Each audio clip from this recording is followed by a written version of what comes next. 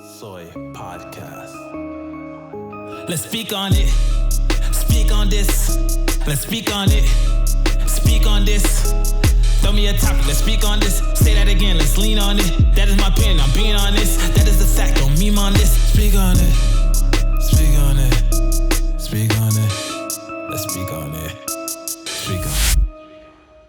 You thought we were done? Throw me a topic. Let's speak on it. Say that again. Let's lean on it. That is my opinion. I'm being honest. That is the fact. Don't mean on this. Speak on it.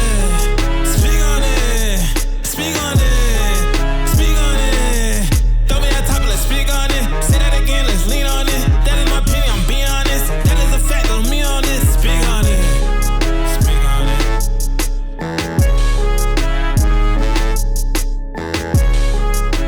Soy.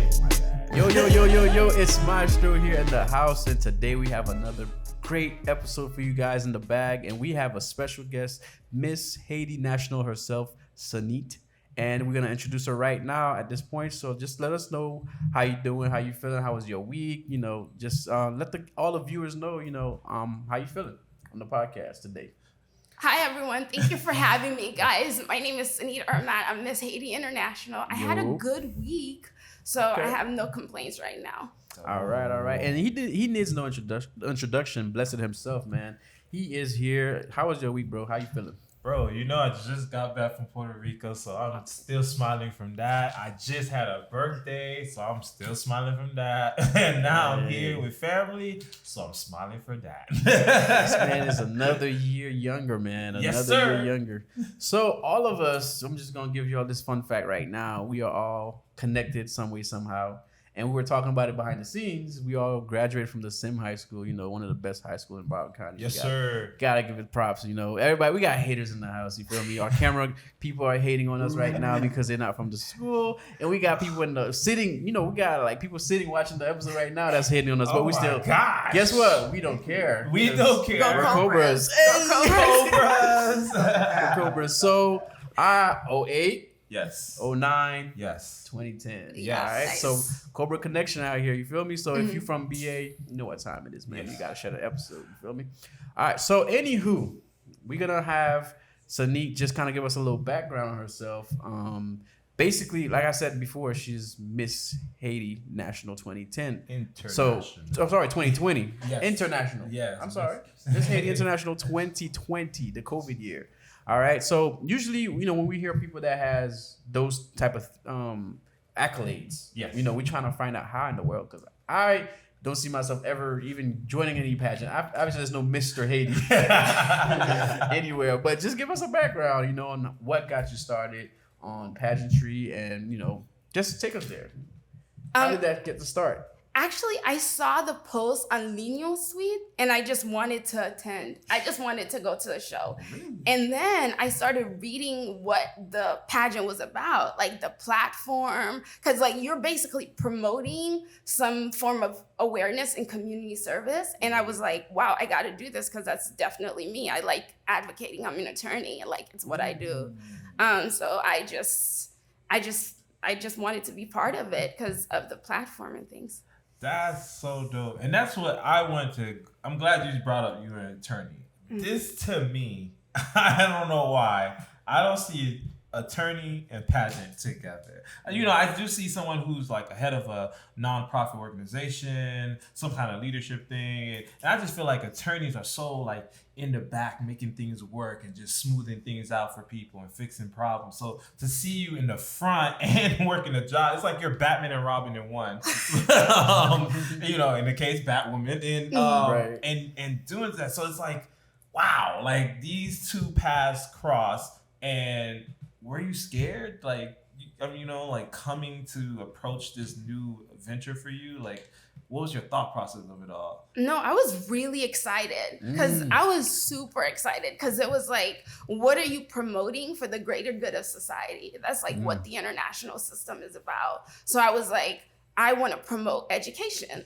Education is what I've always valued. It's what my parents taught me. So I was why not share it with the world? And I thought the international system was a great way to do it. So I was I was so excited, and being on stage is so different from me, like high school. If anybody knows me from BA, you guys know I'm not a pageant person, but like it was so much fun being on the stage and like doing hair and makeup. It was all fun, but at the end of the day, there was like this background that you're promoting all of this service and you're accomplishing all of these things with the community. So it was exciting. Yeah. And how was all the transitions from hair, makeup, then being on stage? Like, how does that work? Is it like NASCAR, it's quick? Or is it like, oh, take your time, make sure everybody's in line? Like, how is, because I've heard stories like it's on the go. It's going. We're going. It's like every scene, just go.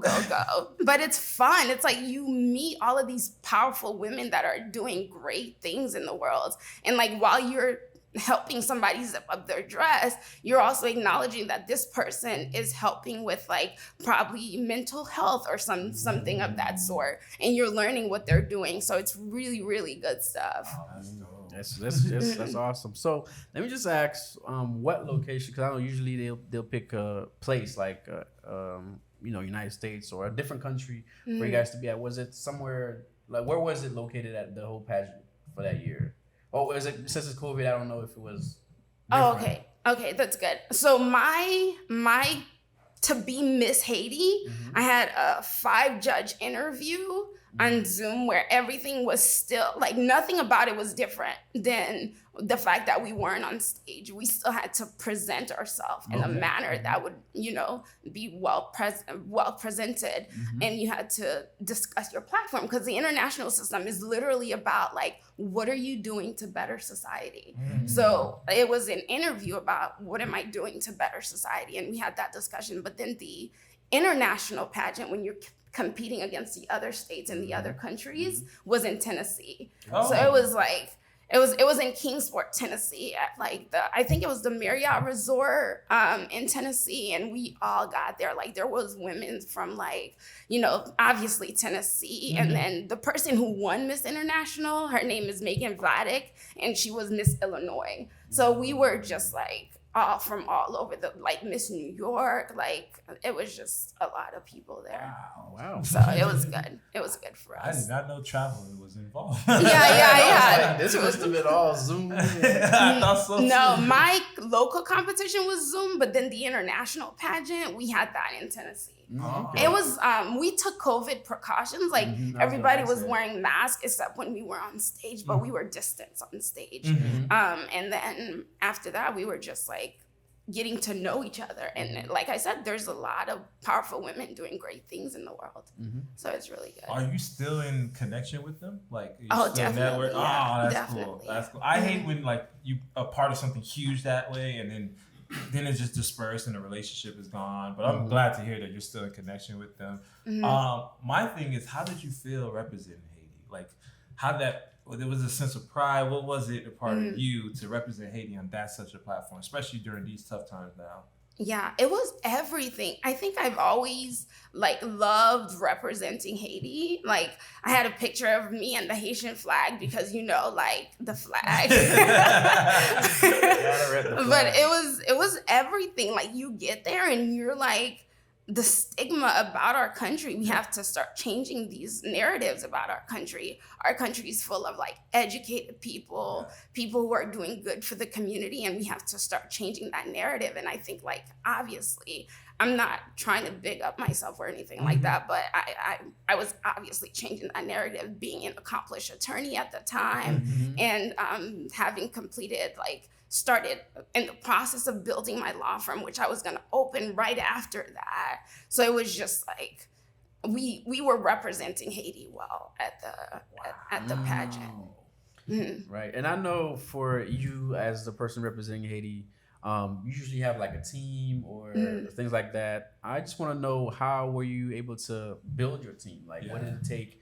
Because obviously you have people doing your makeup, your clothes, your hair, maybe those different things. So what did your team consist of, and how did you choose? Or was it already something that's already pre-selected for Miss Haiti, or did you get a chance to be like, I would like this person to be that, this, that, and the other for me? No, it's like a sisterhood. So like the whole international system is sisterhood. So the 2017 Miss Haiti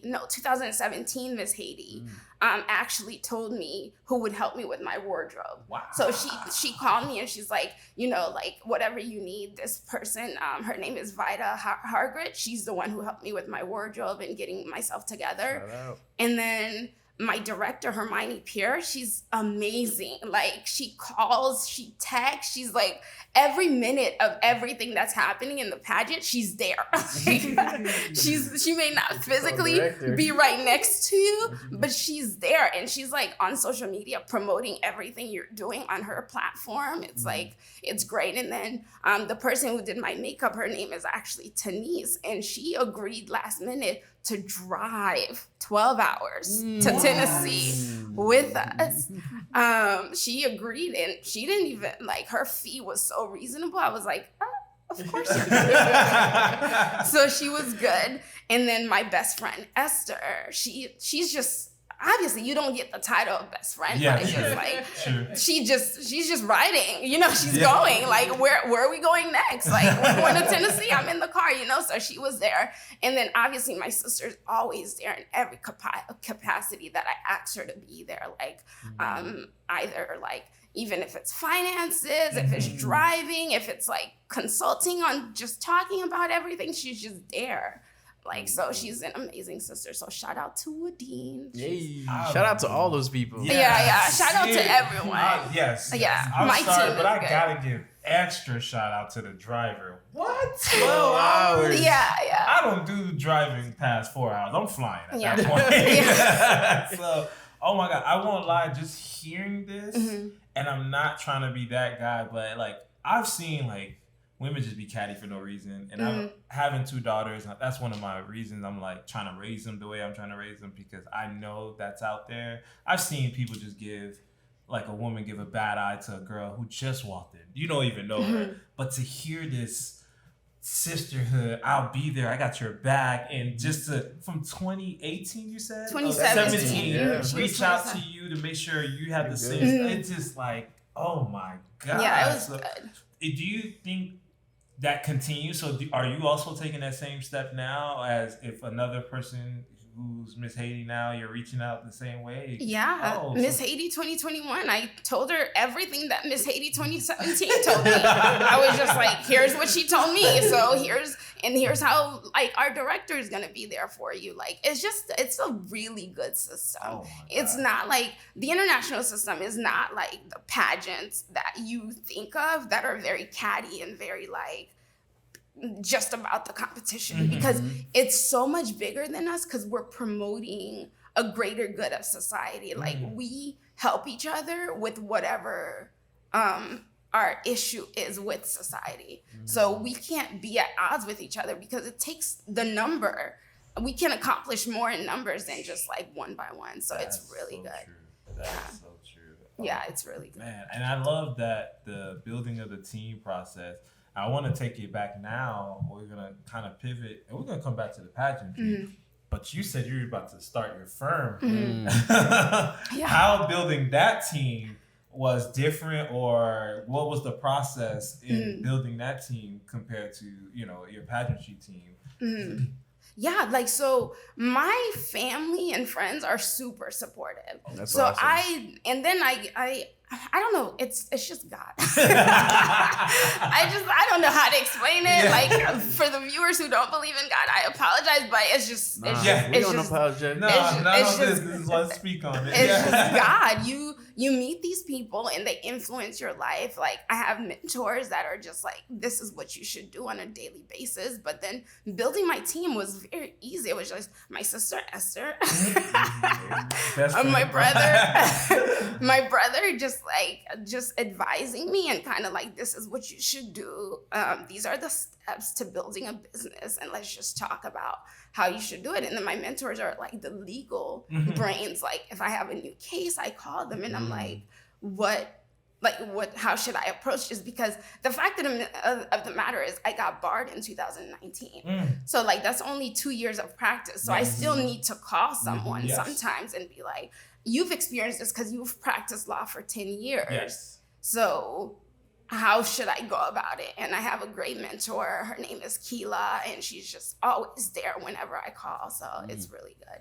Now, has that been something since childhood, or was that something as you were growing, it just kind of forged that path and that passion to go into law? How did that? Because knowing you, I didn't see that in your life at all. So when I saw that, I was like, what? Wow, okay, congratulations. Yeah. So like, how did that all come about? Yeah, I was just like super quiet about it, but it was always what I wanted to do. Okay. Like do the law thing. It was always, because like I find like every time I'm always focused on education. So like people may have expected me to be a teacher of some sort, or like, but I always saw policy as a change agent. Like, how do I make a difference through policy, through law and policy? And I think law school was the way. Because when I was in the 3rd grade, I definitely thought I was going to be a teacher. I swore I was going to be a teacher. And then when I got to probably middle school, it was like, no, I want to do like law and policy. And then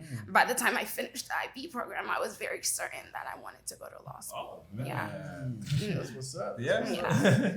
So as far as law school, I don't know if you want to just share, I guess, what school you went to in the process. Because for us here on the podcast, we like to like share as much information as possible for the next person who's trying to do, whether it's Miss Haiti or who's trying to be a lawyer like, you know, like you. And like, oh, I'm watching this episode.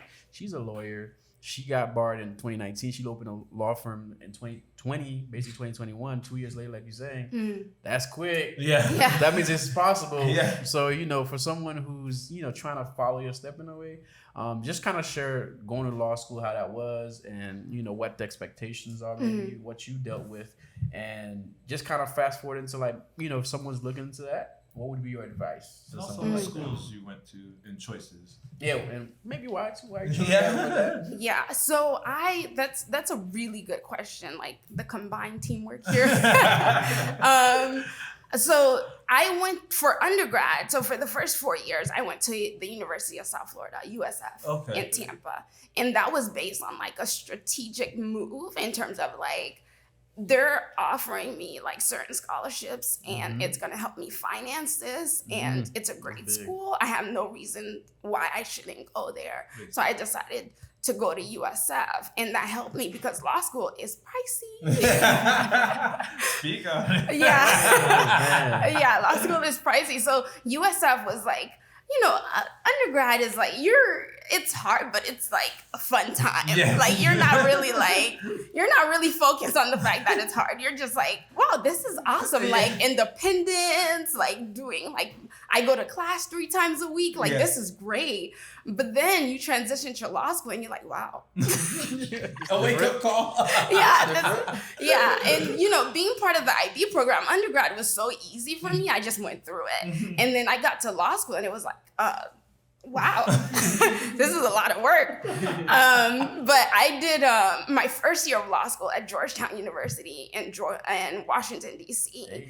And that was a great experience being in D.C. and just like, I like walking places. Like people probably don't, but like we spoke about that. Yeah, I do, because like you're in a beautiful city. You walk to a restaurant, or we're adults now. You walk to a bar or something. It's fine. Like it's all good.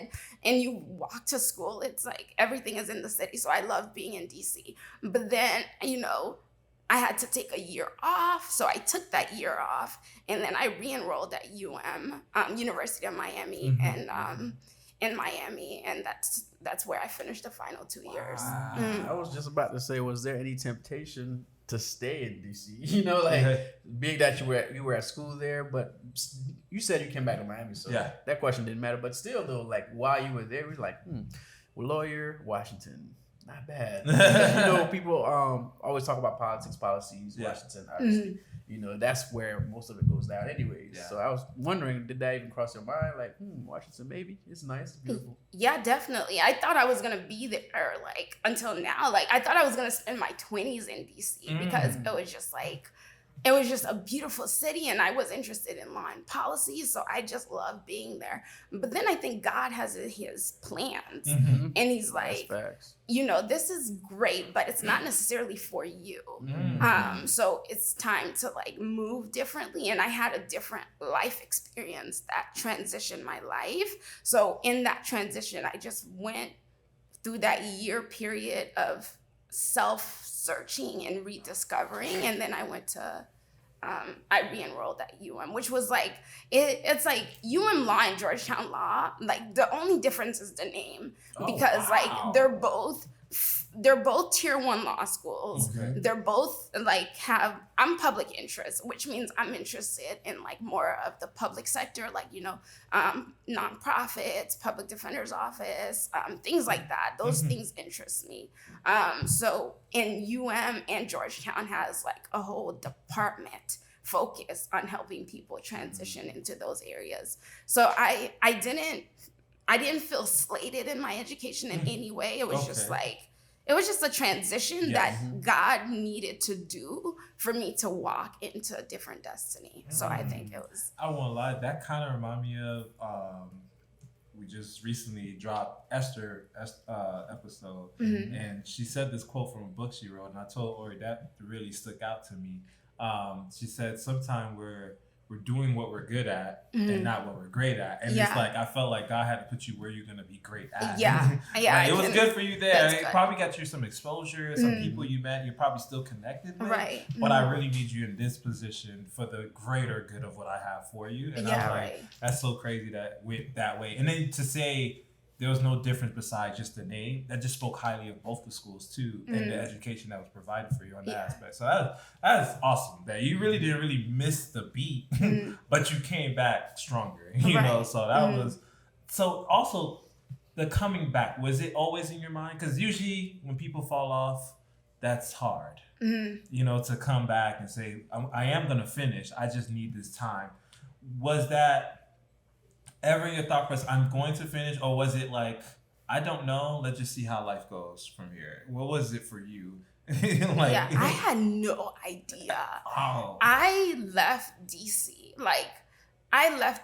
Went to the Supreme Court for an internship, and then I had to leave, like for personal reasons, I had to leave the internship. And when I left the internship, I didn't know what the plan was. I didn't know what was going to be next. I didn't know if I was going to finish law school. I don't even think I cared about finishing law school. I just didn't. I didn't have a clue what was going on. I just came home and I told my parents, well, I'm here. And they were like, you know, my parents are like, you're here? You're okay? I don't know, parents. I don't know. And we're just gonna, and my family is just such a great support system that I'm always forever grateful for them, because that year they really held me together and they took the precautions to make sure I came back. And it wasn't just immediate family. Like, I don't know if you remember Miss Taylor. Of course. Yeah, Miss Taylor was part of that whole process, and Mrs. Ellis was part of that whole process. It was just, it took a lot of people to like bring me back to center and be like, okay, you need to reevaluate and self-search and then come back to center and decide whether you're going to continue. If you're going to continue, good for you. If you're not going to continue, what is next for you? Like, what do you, because you can't keep on sitting here and just doing nothing. You have to really think about what's next for you. So my family and like those teachers and my friends really uplifted me into a different season of my life, and obviously God. So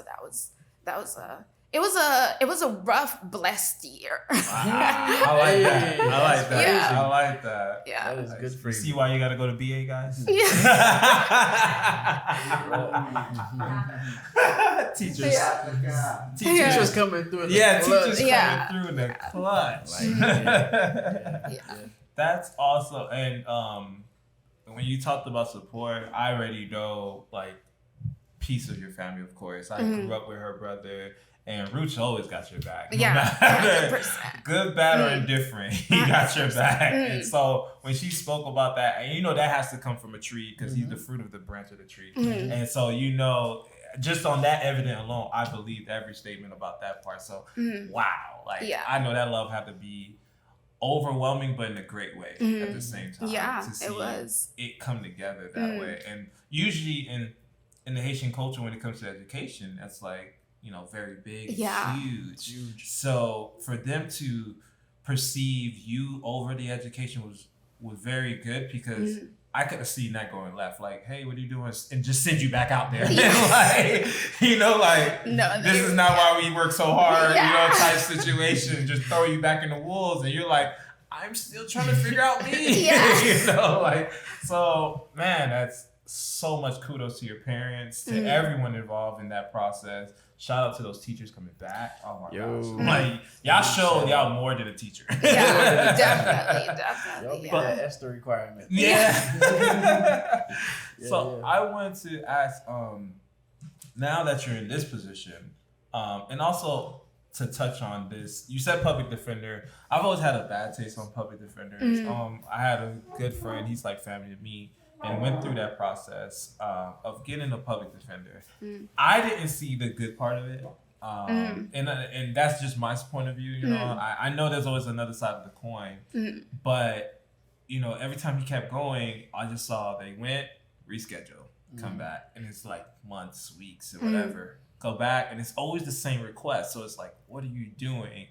And I've heard one time, and it was a BA graduate, saying that, hey, we are overworked, you know, and I'm like, okay, but you still have a job. Something, like, I'm just like, so I guess I'm trying to say, like, to help me in a sense, and the viewers too, help us get some light so we don't have this feeling towards public defenders, because some are not going to be able to afford a lawyer, you know. So if this moment right here can give us hope, what would you give us hope about a public defender from that point of view, if you can speak on that aspect? You know, just trying to like, hey, they're doing their best, or this is what goes on in the background of it all, and this is why it looks the way it is, or something of that nature. Is there any light you can give us? I think, like, for me, it was different. Like, I'm a very client-centered person, so that just means like I value every client and I value every case that I get. And it's like, it's one of those things. I was not going to an office that wasn't client-centered. And when I was, so I intentionally decided to go to the Miami-Dade Public Defender's Office. And we are a very client-centered office. Every one of my colleagues, we value the people we work for, because yes, you're not paying us, but you technically hire us, because you could fire us if you don't want us to represent you. You could say, well, I don't want this attorney, like, give me a new one. And people don't know they can do that, but they can do that. You just opened my eyes on that, because we like I said, he's like a family. I just watched that whole thing, and that never crossed our mind. The only way we thought he can probably get a new lawyer is by purchasing one, you know, but they didn't have the funds to do that. And then I was like in my first year in college, so of course I don't even have the funds to put in towards that. So wow, that's like open gym. And I'm like in my 30s now, so I'm like, wow, I didn't even know that. So I don't expect to get across, but I'm just saying, like, it helps already. I can see. But as you were going client centered, so just if you're at odds with your attorney, just get rid of them. Like, like, even I'm just not saying like me. It's not. You're fine. Like, literally, it's not even just me. Like, even if you feel that I'm ineffective assistance of counsel is a term, it's a word, it's real. And if you feel that your attorney is ineffective, then you need to get a new attorney. You need to ask for a new attorney. And really, the public defender, the way I was trained at the public defender's office, we are a very client-centered office. We focus on our clients. And that's who I was. Like, I'm this person, and then I went into an office that reinforced that and continues to reinforce that. I'm not saying all, because, you know, I don't know if it's the rule or the exception. I haven't analyzed public defender's offices across the nation. I haven't. But I can tell you that not every public defender operates like where I come from. And I have to acknowledge that. But at the same time, I just know that I come from a very effective public defender's office. And we got the work done. We got cases dismissed. We got not guilties. And we got people just out of jail. Like for example, I was in the misdemeanor division, got a not guilty, got cases dismissed on just like case law and motions. And then I was in the ERU, which is early representation unit, just got people out of jail on less than what the judge was originally offering in terms of a bond. Like, we work, yes, we have a large caseload. Yes. We have a large caseload. I'm sure. But We broke. but it's like doable. It's like we have each other to rely on, and we can work on this. So I don't ever like it gets speak on it. So I'm just gonna speak on it. It gets under my skin when people are like, well, we have a lot of work. Yes, you knew this. Yes. You knew this when you walked into this office. We are the public defender's office. You knew this. So you cannot use that as an excuse as to why you're not helping every client. Like, you need to help your client. You need to write the motion to compel. You need to write the pretrial release motions. You need to do your job. Like, just do your job. Do your job. Yeah, sorry guys. Passionate question. You guys hit a nerve. Nah, that's good. Yeah. That's what we want. Good, yeah. If we could hit a nerve with every question.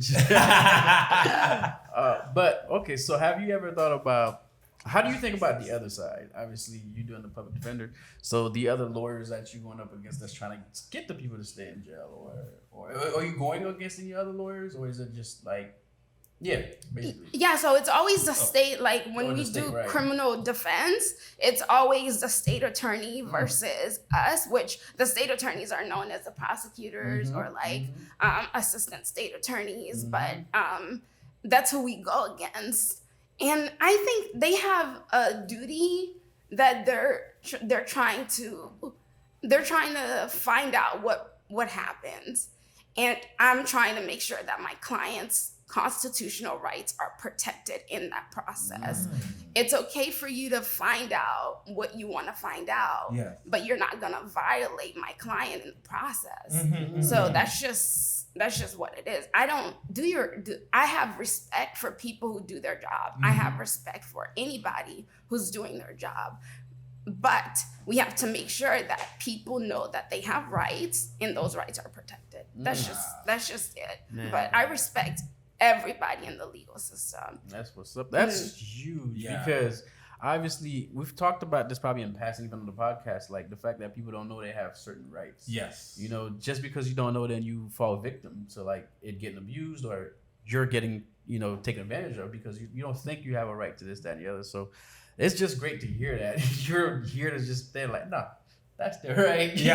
Make sure you do your part. Do your job, but I'm gonna do my job too. So have you ever come across you don't have to share any details, obviously, but a case where you really felt like you had to be so on guard because maybe the AD or the assistant district attorney said? There's assistant district attorneys too, but there's assistant state attorneys. State attorney, sorry. The state attorney, whoever you're going up against. Sorry, I'm not in the field. No, it's okay. They're both a thing. They're both a thing. Yeah. Cool. So have you ever come across someone where you be like, yo, I gotta be careful because this person's looking like if I don't know what I'm doing, they're gonna try to like do that, like take sharks. advantage of certain things, do things they're not supposed to. Because I obviously you've got people out.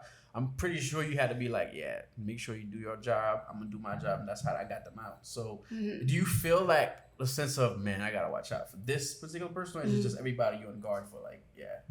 I mean, you gotta be on guard for anybody who's trying to prosecute your client.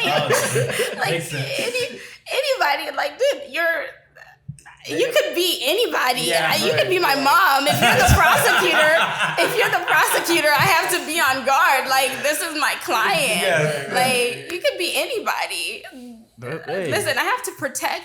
Like, I have an ethical obligation to protect my client.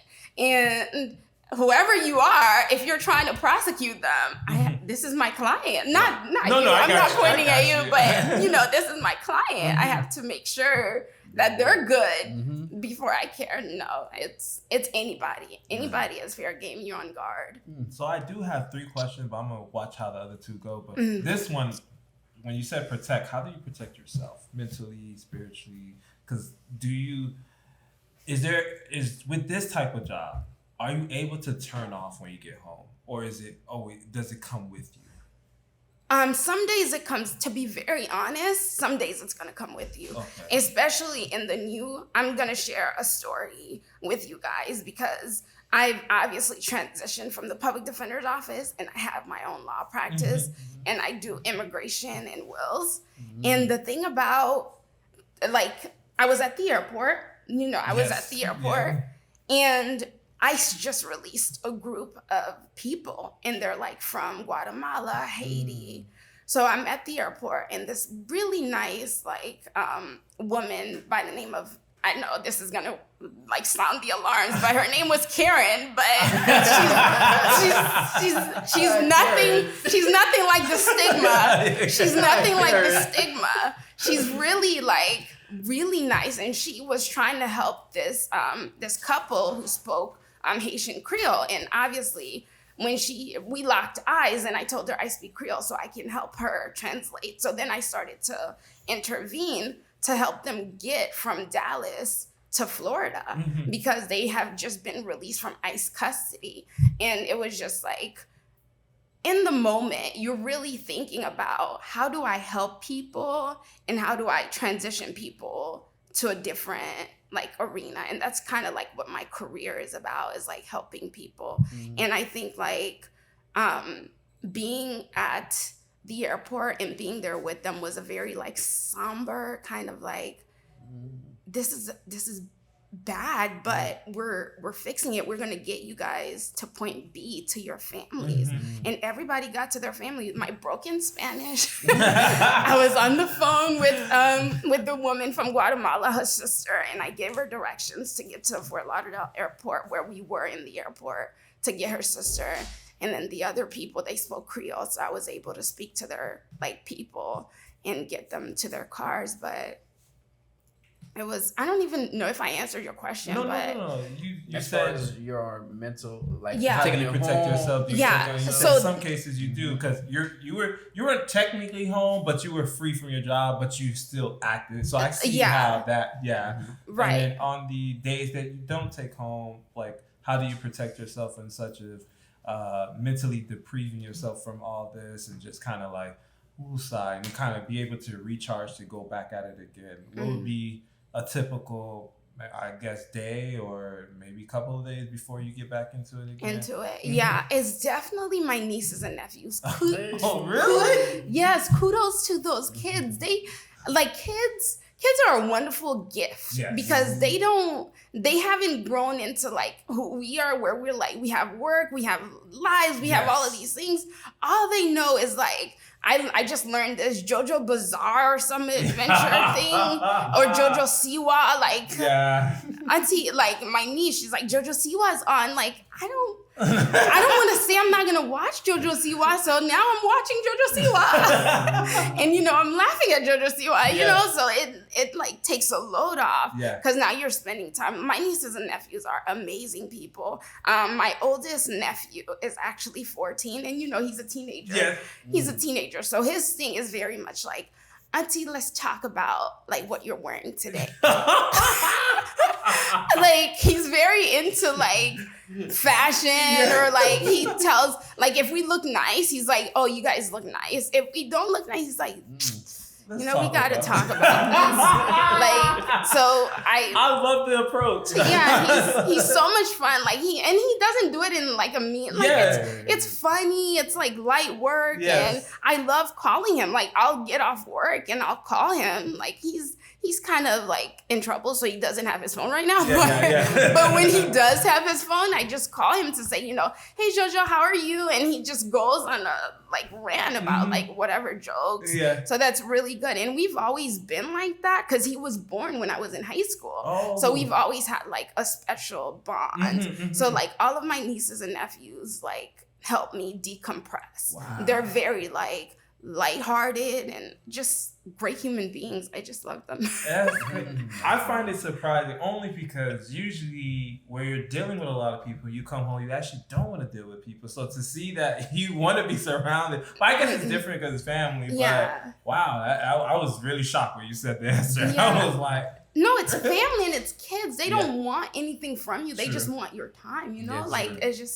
it's just fun to just hear their jokes or like whatever it is that they have going on. It's really it's precious. I like it.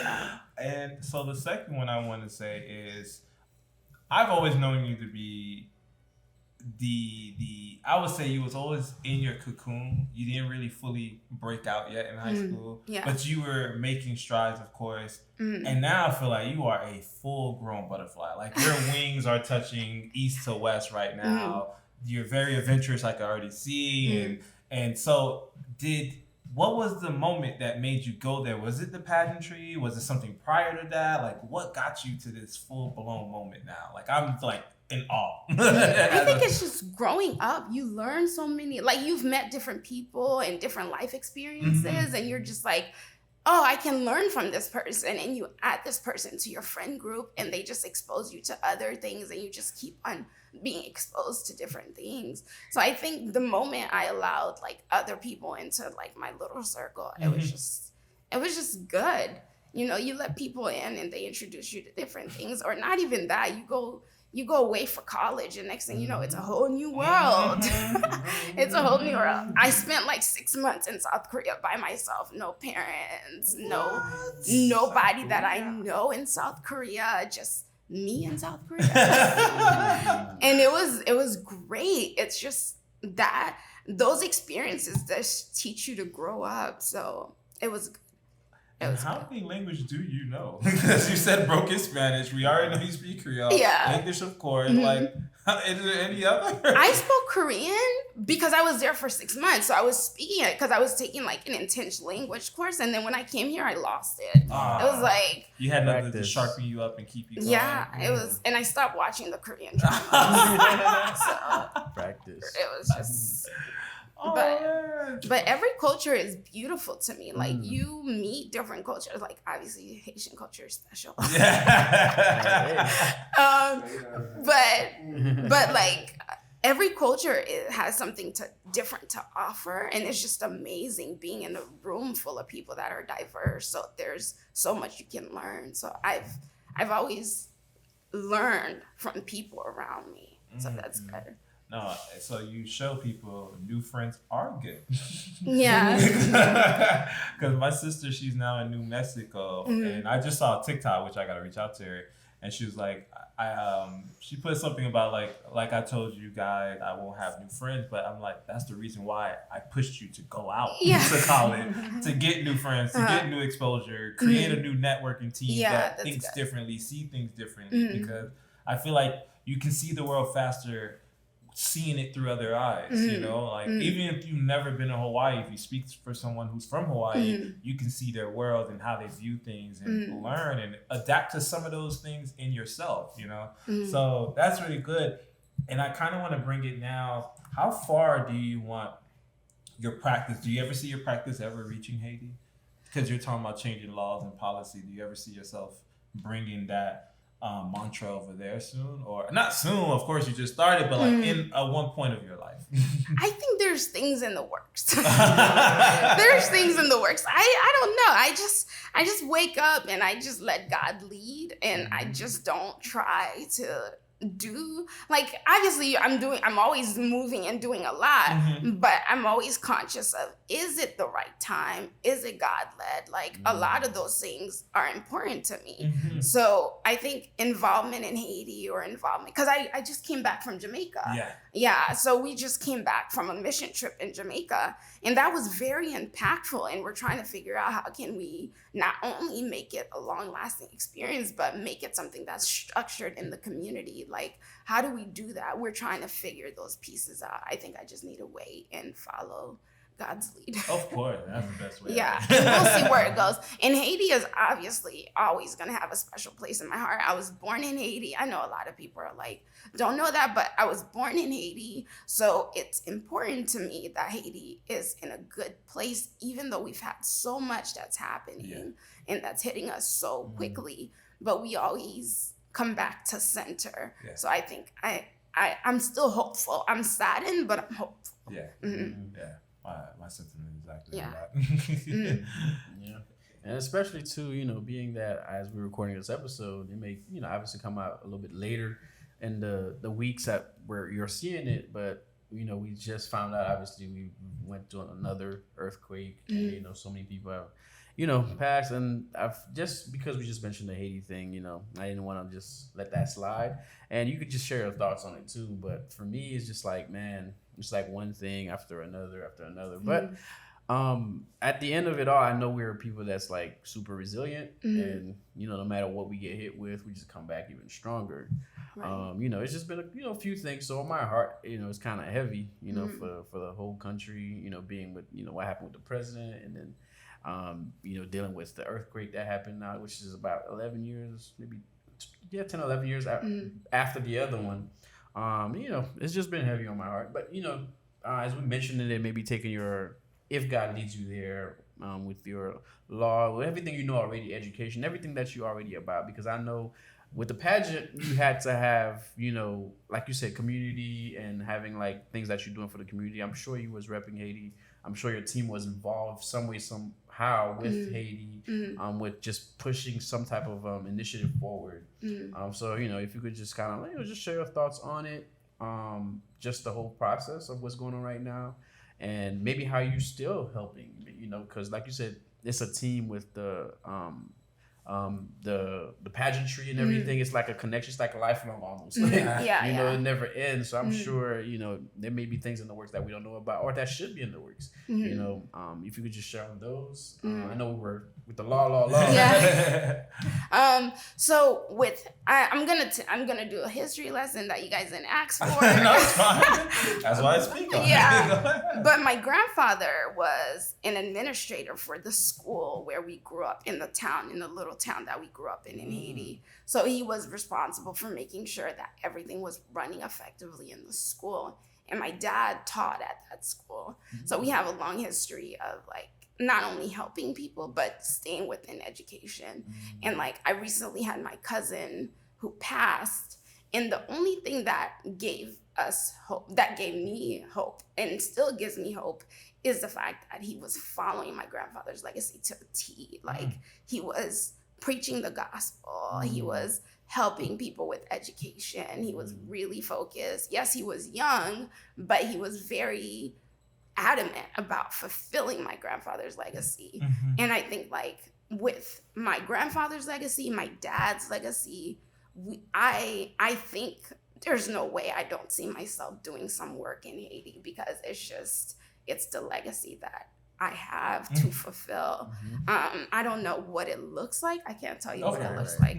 I just know that I do have an obligation to my people. And my grandfather left us with that duty, and my dad watches us every day and kind of hold us accountable to what are we doing to make sure that our people are okay and they're sustaining, because they do go through hard times. And it's like, for us, like, that's why it was so important to help those people in the airport. And my dad was with me at the airport. So like, I can't let him down, and like his people that speak his language, my people that speak my language, and not help them out. So I think I'm definitely going to do some work in Haiti. I just don't know the framework or what it looks like right now. Yeah, that's fair. And shoot, feel free. Yeah, so if the audience has projects that they're like, hey, like, I want you to be part of this project, I'm open to considering anything.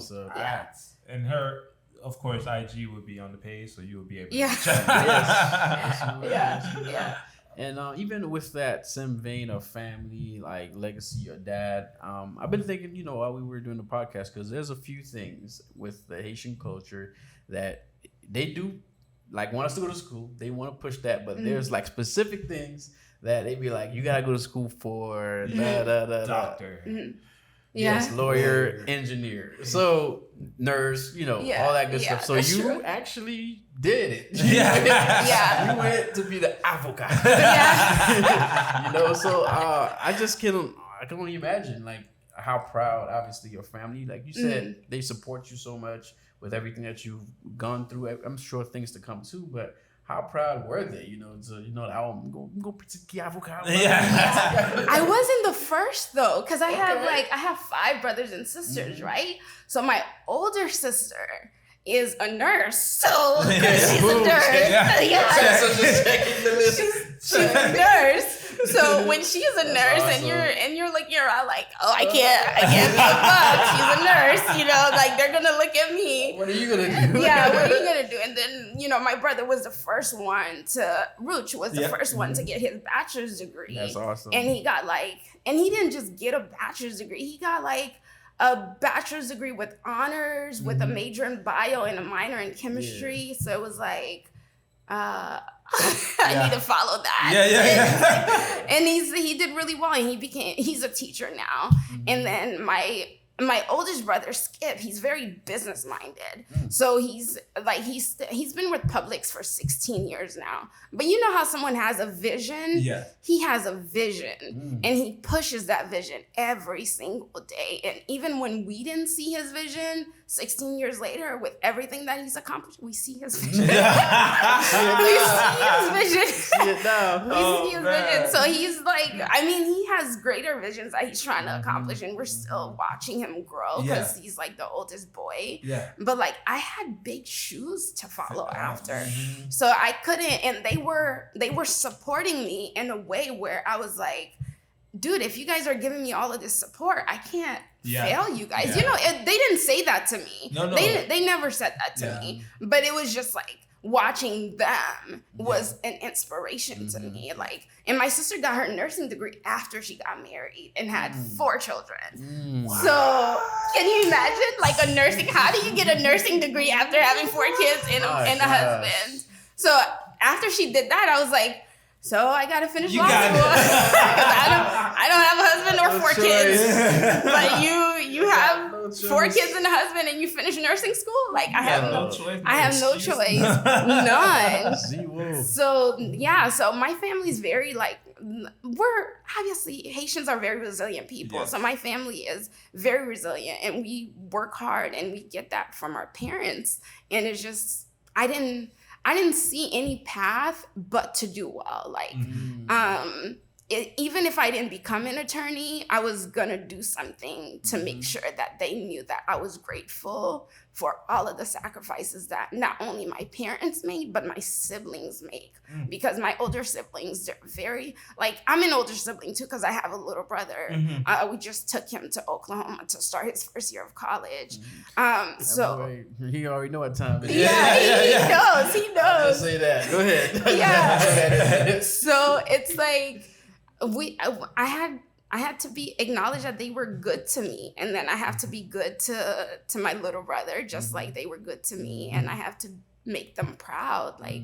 So it's all of those obligations. But shout out to your siblings. Wow. Yeah, setting the example. They set a great example. And again, I gotta give another shout out to Ruch, man. Just knowing that you accomplished these things. Man, when I say Ruch was so low key about a lot of things, people just didn't acknowledge or know, cause he give you that I'm the fun guy, but man, this man is just the Superman of every situation. He's gonna figure it out. He gonna try. That's the type of guy he's always been. So man, to still hear these great things, it's nothing about hearing someone never change from who they were. I love hearing that about him, and you could tell nothing was ever gonna make him change. This is who I am, this is how I'm always gonna be, and I love that. Shout out to his wife too, I grew up with her.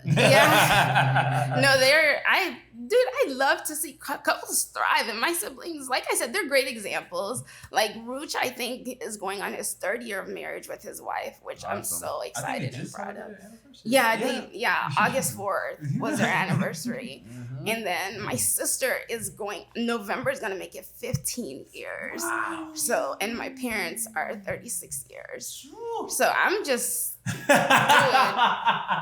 Dude, everybody. Marriage is hard work, but it's Yeah. worth the work. Yes. Like, just put your work into your marriage. That's like, it. it's very important. That's it. Yeah. Totally agree with that. Mhm. Totally agree with that. But Right. So before you wrap up, I know you had your 3 questions. I don't know. I if you kind of already hit them. You already hit all 3. Yeah. Cool. I was making sure. I was like, I don't want to ask no question because I don't That's want why to I said I interrupt was the see trend. how I'm led to the other Yeah. 2. But yeah, I was able to Yeah, get them. so for me, a final question, which I think you already hinted at, like you already said it multiple times. When I applaud you for that because I could tell it's in you, like your faith, like your belief in God. Even though when you said it earlier in the episode, it's like I don't know who's watching. It could be non-believers, believers. Whatever. We want all to watch because this is great information that you shared. That's what we about as a show. But at the same time, we don't want people to not know who we are. Yeah. We're Christians. So I applaud you for that. And just talk a little bit about your faith and obviously how it's been intertwined in everything that you've been through in your life. And if you could just speak on that a little bit, what that means to you and how that kept you in a lot of the situations, especially the year you was off. I know your family was there for you too, but at the same time, I know what having faith in God can do for people, what it has done for me. So if you could just share on that, and then we'll wrap into our, what we about to do. Let's just go ahead, and then we'll wrap into the final segment. Okay. So God is like this omnipresent, omnipotent. Like you guys know, like he's just this everywhere, all the being time, that all powerful, yes. you just have to respect and be in awe of. When you look at your journey in your life, you have to be like, wow, like I could not have made it without you. Like, how did I? And it's just like, at first, we're kids. So we're looking at our parents and we're like, okay, let's go to church. We're going to church now. Like I was raised in the church. So it was like, we're going to church now. But I was the kid who was always happy to go to church. But I didn't learn the value of it until I actually, started like praise dancing, which I'm not that good at, but Not something to be good or bad. But dancing is just not my forte. Gotcha. But I had these group of girls who were like, it's not about that. It's about the message that you're sending. Yes. So it was good. And then when I went to college, it was like, this is a journey on your own. Like your parents aren't here to tell you to go to church. Yeah. You have to decide to go to church on your own. And when you start seeking God for yourself, you start to learn so much about yourself, about people, about society, about how you can be a better person, or like how you can encourage your friends to be better people, or how you can change people's lives, by just sharing the word of God. So it's been a very, like, I can't tell you, the most important thing to me is my relationship with God. Everything else comes second. Yes. Yeah, everything else comes second because it's very important that I know that I wouldn't be where I am if it wasn't God's will or God's grace or his mercy. So that's just my faith. I'm so glad you said when you start learning God for yourself, because that's a strong pivotal point people either don't get to and understand. It's where you still go to church, but there's still individual work you have to do. And I don't even call it work, but it is that, because it's I'm married, but there's still parts of me that I need to do to continue this marriage. If we were married, I never took care of the kids, never did my part, never did any of these things. We won't function or get to this closeness that we're at now. And that level of self-awareness that you're speaking of, literally I just heard, that's a certain level of compassion that goes that deep. To know yourself that well, because you gotta understand the certain level of compassion he had to have for us to even send his son. That was a certain level of love for him to do his part. I mean, you like, I think about it like, would I be able to really send my son? You know what I mean? Like my first child in general, I'm even scared to send my daughter to school. And you talking about go die for the world, So like, it's a certain level of compassion you grow as you're growing with him, to have for others, to have for things, to see those things, and within yourself, because it says love your neighbor as you love yourself. So the first task is to see how much you love yourself. You can't love your neighbor if you don't love these things about you, you know? Yeah. So it's all that. And that's what I was saying. Like, it's a level of compassion you need to have. And that grows as you continue to get closer because you get to see how much he does love people and things. Yeah. And it's like, oh my gosh, he not only love people and things like that, he loved me that way, you know? And it's like, I got to start loving these things about me too. That's very true. And it just goes so deep. And but just that pivotal point, the closer you get, the time you take to get to know him. And yeah, it goes far. And it's going to keep going further because it's an ocean of just not only just knowledge, but of depth of love. Yeah. Of barriers that you didn't even think it can go that far. That's true. Like, I value my pinky so much, and I mean that on a serious note. But that's how far he's brought me to now. Like, every little inch of my body matters, from the cell to the atom, you know. And now I value people the same, you know. So it's great that you said that. Like, I was just like, at a moment. Yeah. That's really good. Oh man, but I can't wait. Maestro, we about to go to this favorite part. You know, besides the conversation, we love the dialogue. Don't get us wrong. But this is one of the best parts because everyone gets surprised by this moment. And if you didn't watch the episode, poor you. Then you won't know what's about to happen. So this segment is our game section. Yeah. So if you've seen previous episodes, one of our favorite co-host is not here because I love when he gets challenged. You ninja this way out. So at this moment, you have the option to choose either Maestro, myself blessed, and then when you choose, the opposite co-host that didn't get chosen will then ask the question. No one knows the question except Clutch. He's the only person that knows the questions and answers. So we're surprised too. So people think we know, we do not know. How the game works is to answer the question, your name is the buzzer. Okay. You say your name, you answer the question. 3 tries, and then after 3 tries, then the answer is given, and no points are given. Okay. Also, this is up to whoever's opposite. This always depends on who's the co-host, if there's clue given or clue not given. So I'll leave that part up. That depends on who you choose. So if you want clue, choose the right one. I'm not even going to tell you who that person is. Oh my God. So it depends on how hard or easy you want the task to be. So the person asking the questions gives a clue? Yeah, but it depends on which one who's asking. Because one of us don't like to give clues and the other ones do. Oh man. Yeah. No pressure. And this is 50-50. If you had 3 of us, it would have been 1/3. So you had a very open. 66. Choosing right. This is tough. This is tough, guys. Oh my God. Okay, so, man, dude. This is hard. I mean, he was born in Haiti, and I was born in Haiti, but then let's go. Oh. You know my brother, so you know the family. So, man, this is tough. I know your brother too. Oh, you do? Nah. Yeah, I know Roots. Really? Yeah. Oh man, come on, dude! Like rock, paper, scissors, just out. No, you gotta choose. Oh my Oh, God. that was good. Oh my God. Dang. Go ahead. Maestro. There's no wrong choice. There's no wrong choice. I'll choose. Okay, go ahead. Really? No, you gotta choose. Oh my God. She was like, yes, thank you. Ah. Maestro and Blessed. Okay, I'm thinking of a number between 1 and 2. No. So we just gotta pick up. So you guys have to pick a number. 1 and 2? Yeah, 1 and 2. All right. So we just reveal that I'm sometime? going 2. I was thinking the same thing. Oh, see? Oh my God, you guys are the worst. Maybe I heard your thoughts because I was hearing 2 just the whole I was time. about to do this. Literally, I was like, Okay. okay. At the same time? So I feel like me and Gibson are gonna play, and Maestro's gonna ask the questions. Okay. Okay. Pick correctly. Because he gives clues, I don't. Oh really? Well, Lord, blessed friends. You went with the Lord. You- All right. So I'll just need a phone to ask the questions. Oh, I left mine. So it's either Clutch, real quick, or one of the guys. Oh, I got you.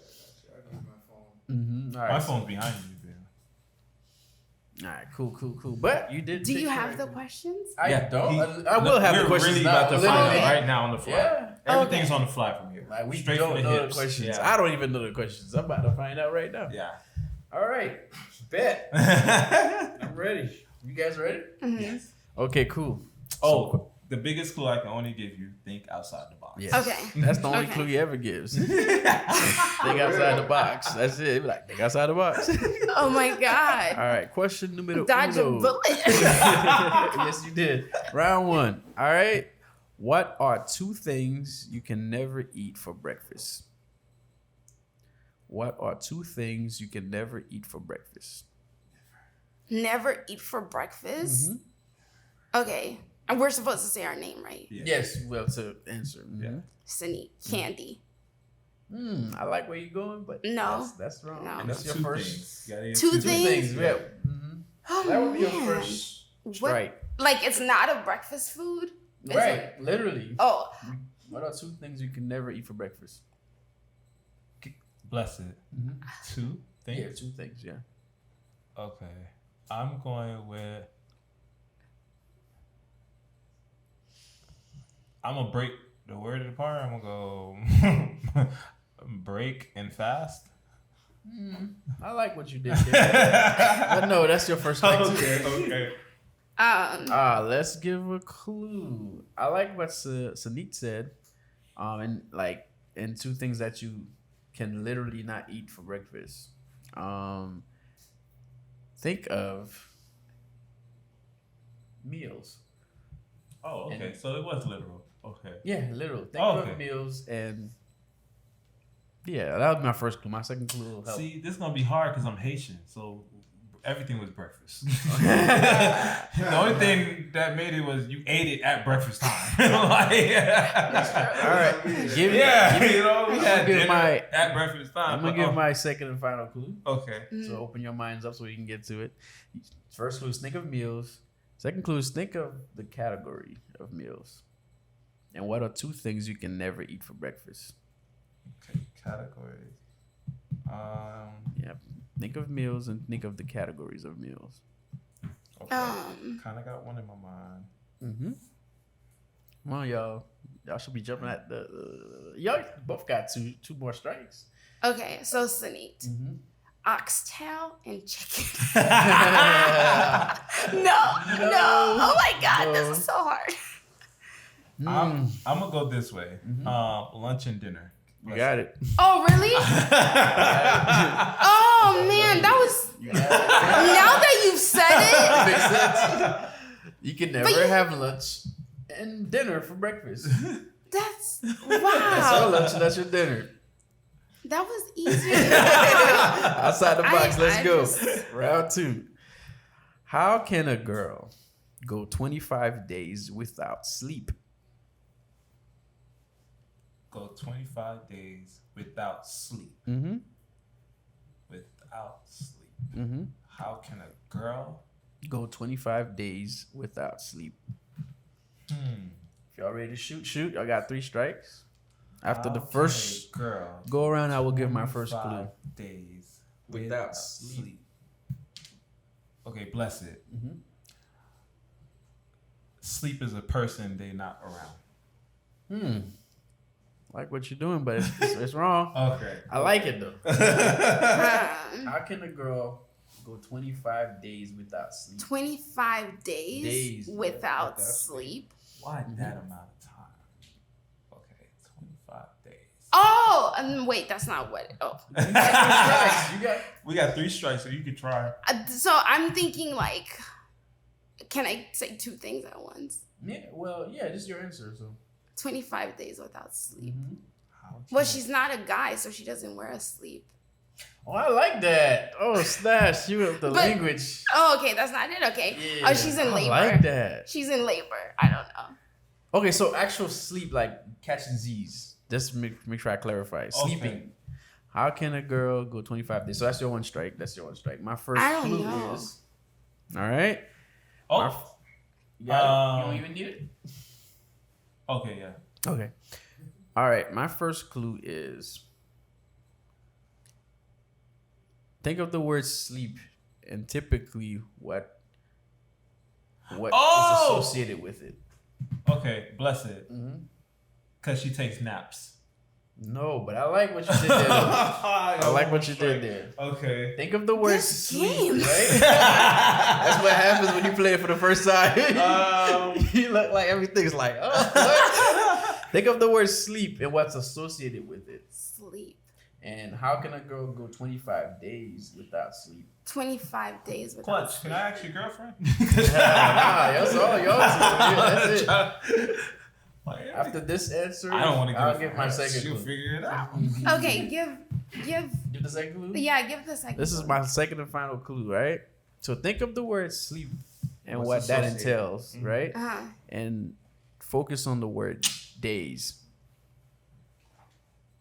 How can a girl go 25 days without sleep? Blessed. Last and final chance for me. Lays down with her eyes open. Wrong. I'm like, intel. All right, require so closing your eyes. yeah, focus on sleep, right? I'm out. So I'm right, you out. So you got two. And days. She's going 25 days without sleep. What? Oh, it's not consecutive. It is consecutive. Oh, so that's I your don't second know. strike. You got one more. 25 days without sleep, right? What? Okay, when you think about sleep, what do you think about? When you think of the Close word my sleep, eyes, laying on the bed, knocked out, right? snoring. Other things. Typically, when do we sleep? 25 days without sleep. Oh, 25 days. Typically, when do we sleep? When do we typically sleep? Oh, we sleep during the night. So she sleeps at night. Yeah, she sleeps at night. Wow, Jesus Christ. Two. Not exemplifying that I have a law degree. Oh my God. This game is exactly perfect for people with like law degrees or It's not thinking showing. exactly. It's not showing. It really messes you up because Yeah. you're gonna think logical. You're Yeah. gonna think like you're like, wait, this don't that make no was sense. good. Okay. So when your mind is on that, it's not gonna help you. Yeah. That's what I'm Oh my basically saying. gosh. But he has a lot of reps, so he's definitely not thinking like a lawyer. Or he's thinking like the question. Like, I hear the question. Okay. Yeah. Third At least question. I came 1-1. close to that one. Jesus Hey. Christ. 1-1. Third question. I start out tall, but the longer I stand, the shorter I grow. What am I? I start out tall. The longer I stand, the shorter I grow. What am I? The shorter you grow. Yep. You grow short the longer you stand. Blessed. A human? We typically grow taller the longer we stand as people. Well, because we start off and we grow, and then as we get older, we shrink. That's true. I feel you So on that's that what I point. was going That's true. That's true though. But now I'm thinking stand. But I start out tall though. Start off tall. Off rip. The tallest I will ever be will be at my beginning stage, and I can only get shorter the more I stand. Okay, I need a clue. Clue. Boom. All right. It's gonna be easy, so get close to the mic. Okay. I must be lit. Blessed. A match. Oh, Wrong. it's not? No, but that was good. A candle? Believe it. It's a What? candle? Yes. Oh, nice. what? Nice. Oh. Candle. Oh, okay, I copied the clue. The shoot. match. I was like, it has to be the candle. Hey, that was a good guess, though. That was a good guess. All right. Because you typically don't stand like a match. Yeah. All right. And I knew the standing was gonna be the. That's why, because I was like ice cream, cactus. I was going. I was like, wait, standing, standing. I had to throw the light part out. So fourth one, right? I'm light as a feather, but not even the strongest girl can hold me for more than 5 minutes. What am I? I'm as light as a feather, but not even the strongest girl or guy can hold me for more than 5 minutes. Keyword is hold. First clue off rip. I'm gonna you gotta be able to hold me. So you can hold, but you just can't hold more than 5 minutes. Yeah, not even the strongest girl or guy can hold me for more than 5 minutes. and I am as light as a feather. I'm very light. Hold. What's light but can't be held? Can be held, but not for long. Okay. Can be held but not for long. Okay. Not even if you're the strongest person, you can't hold me for long. It's either water or fire. I like that. But fire is kind of light. Water could be heavy, but it's not fire though. Oh, it's not fire. So that's your first right. Okay. I'm as light as a feather. I'm like, who can hold fire more than 5 minutes? We're even close to it. Right. Like- Yeah, that's tough holding. It's light, but you ain't holding that fire. You're gonna be crisp. Oh, It's gonna okay. hold you. So you went element. Now I'm thinking that's it. I mean, as far as element goes, though, I mean, I like the element route. That's all I'm saying too. Blessed. So I think it's my original. I thought air. Yes, Oh, that's good. your breath. Okay. So Oh. 2-2. This is the tiebreaker. Oh gosh. Okay. I'm sorry. I gotta send you with an L. This is the Okay. You tiebreaker. know, So represent your lawyer. Okay. Okay, let's see. L Let's represents the lawyer. Let's see. Bless it with the. Ooh. All right, let's go. Let's see if you're gonna send the lawyer with an L, Let's or see. if the lawyer is gonna hand you that L. Oh. Let's see. How many animals did Moses take into the ark? Blessed. No. That's 0. I said your name. Why? It's a tie, because go ahead. Noah had the ark. Yeah. It's a tie. Yeah, you was ready to say it, but you said his name. I said his name. Like, That was a Because I was sitting there like, oh. That was too easy. Moses. yeah. Moses. Like, I was so confused. I was like, where's did he All right. read that Oh correctly? man. Yeah. Because I was about to count you the animals for Noah, but I was like, did he read that correctly? Yeah, Okay. Moses. Question: did you, bless it? So we got to break the tie. Okay. Did you listen to the fullness of the previous episode to the end? No. Okay, bet. So that means you probably don't know these questions. Is that correct? That's 100% correct. Okay, cool. So I'm gonna ask a question from our last episode because he was in Puerto Rico having fun, so he should know these to break the tie. Okay, this is to break the tie. All right, let me pick the question that I feel like had me rolling. I got roasted by Esther, by the way. You lost? Oh man. For real? Yep. All right. Let's go with I can't wait to watch that. the logical. Yeah, let's go with the logical. Uh-oh. Quick hitters. Just a quick hitter. So that means get close to your mic. Get your name at the tip of your tongue. All right. If you were born 15 years ago, how old would you be today? Blessed. 15. That's correct. That's not fair. Like, he, literally, no, Was dude. it too easy? Yeah. He told just you. celebrated his birthday. Oh, That's yeah, not you fair. thinking like, oh, birthday. I was This is Yeah. not a good tiebreaker. This does not What do count. we think? Was No, it we good? have to start over. but even Let's the give her question. one more We want one more chance. chance. Yeah. Okay. One All right, more I'm chance gonna go to with a win. difficult one. You want me to win. Now we got some L. Yes, I'm going. Oh if he my gets God. this one though, I can't hold it back. Okay. Okay. 15 Take years it to the ago. light now. All right. This is not gonna be as easy as the last one. Or okay, let me. All right, bet. On a Sunday morning, the oldest girl in a family was murdered. The father was reading the paper. The mother was in the kitchen Oh my cooking God, breakfast. this is one of those Instagram ones. I think I actually know this. And the one. girl's brother was playing video games. Uncle George was visiting and was out getting the mail. Who murdered the girl? Do you know it? Oh, I thought it was similar to the one where it's talking about who played with the sister. Nope. Yeah, That's okay. not it. On a Sunday morning, keyword on a Sunday morning, the oldest girl in the family was murdered. Oldest girl died. The father was reading the paper. The mother was in the kitchen cooking breakfast. The girl's brother was playing video games. Uncle George was visiting from and was out getting the mail. Who murdered the girl? Sunday morning. and all these people were doing these things. So it was one of them that I mentioned that murdered the girl. What were they doing? When you said again? the girls, The oldest girl was murdered in the family. The father was reading the paper. The mother was in the kitchen cooking. The girl's brother was playing video games. Uncle George was visiting and was out getting the mail. wait, there's more than one girl? Just girl's the, bro- yeah, oh, the so oldest girl dies. Brother. So Yeah. it's not like another sister. No, the brother. Yeah, the brother's there. Is the brother? Oh, the girl's brother. Is So one that's of the girl people. that's dead. Mm-hmm. Oh, okay. I thought There's it a was brother, another one. I was like, mother, father, uncle. Those are your options.